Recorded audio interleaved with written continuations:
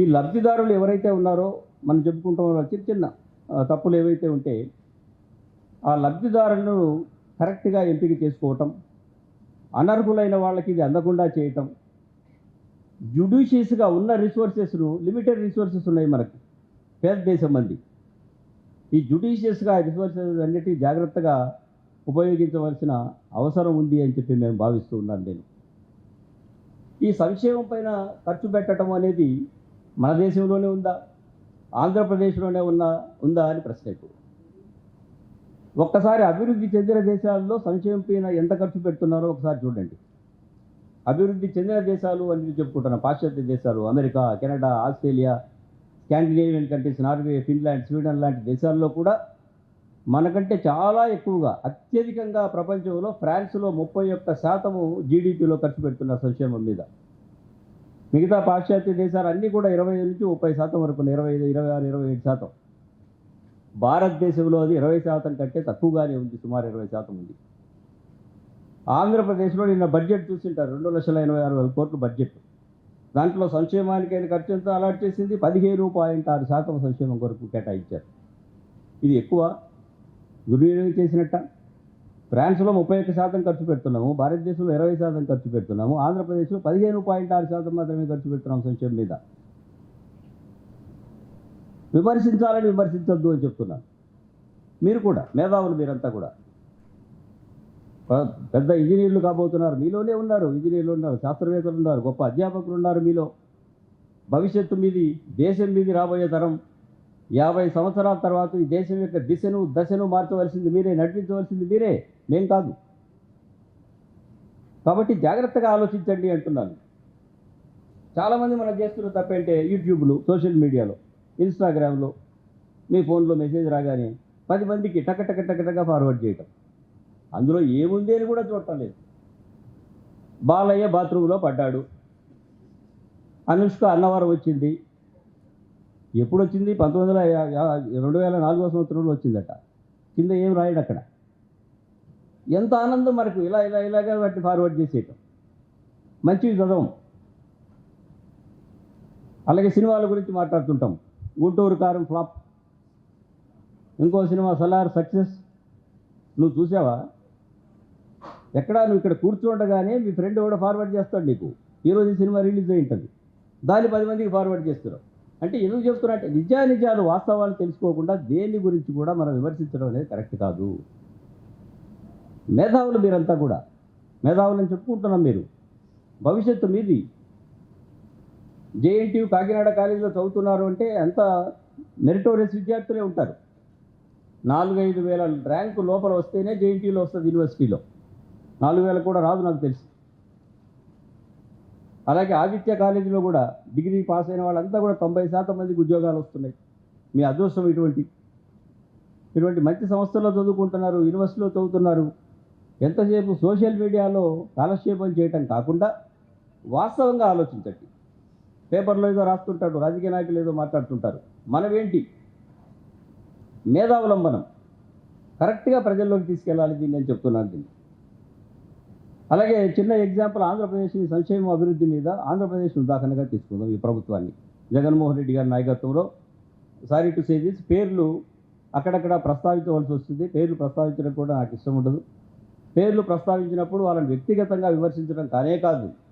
ముఖ్యమంత్రి, మాజీ ముఖ్యమంత్రి కావచ్చు, ప్రజెంట్ ముఖ్యమంత్రి కావచ్చు, సందర్భానుసారంగా పేర్లు అక్కడక్కడ వాడటం తప్పదు. ఈ ప్రభుత్వంలో సంక్షేమం, అభివృద్ధి గురించి క్లుప్తంగా తెలుసుకుందాం. ఎగ్జాంపుల్ ఇదే తీసుకుందాం మోడల్ కింద. విద్యా వైద్యం పైన పెడుతున్న ఖర్చు, మొట్టమొదటి పరిస్థితి విద్య పైన పెడుతున్న ఖర్చు. ముఖ్యంగా విద్యా సంస్కరణలు మీరు చూసే ఉంటారు. ఈ పేర్లన్నీ మీకు తెలిసినవే. అమ్మఒడిని, నాడు నేడు, గోరుముద్దని, విద్యా కానుకని మళ్ళీ చెప్పక్కర్లేదు. ఈ పథకాలన్నీ ప్రవేశపెట్టడం ద్వారా వీటి మీద సుమారు 72,600 కోట్లు ఖర్చు పెట్టారు ఈ 5 సంవత్సరాల్లో. మొత్తం విద్యా వ్యవస్థ మారిపోయింది, పాఠశాల విద్య ప్రధానంగా.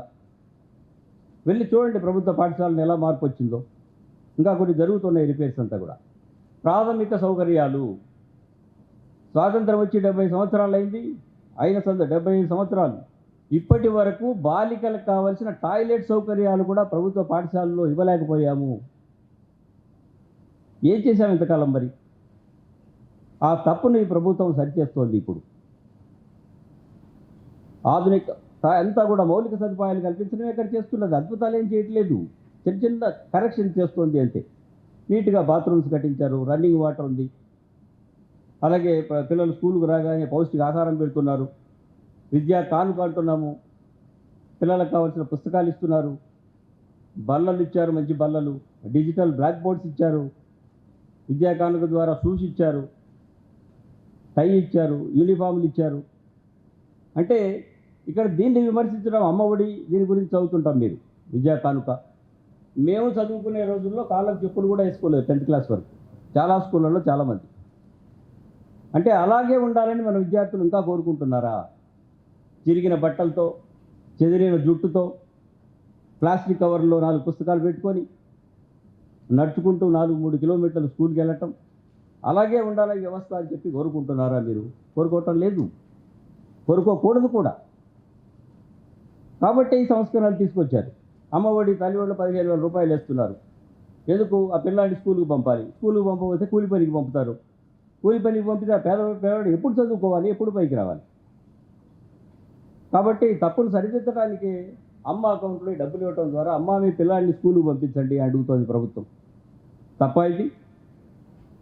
ఈ సంక్షేమ విద్యా వైద్యం మీద పెడుతున్న ఖర్చు నా దృష్టిలో సంక్షేమం పైన పెడుతున్న ఖర్చు కాదు. అది విద్యా వైద్యం అనేది అభివృద్ధిలో భాగమే. అది కూడా చాలామంది తేడా తెలుసుకోండి. పెన్షన్లు, వృద్ధాప్య పెన్షన్లు, వితంతు పెన్షన్లు, వికలాంగుల పెన్షన్లు, ఇవన్నీ కూడా సంక్షేమం కిందకి వస్తాయి.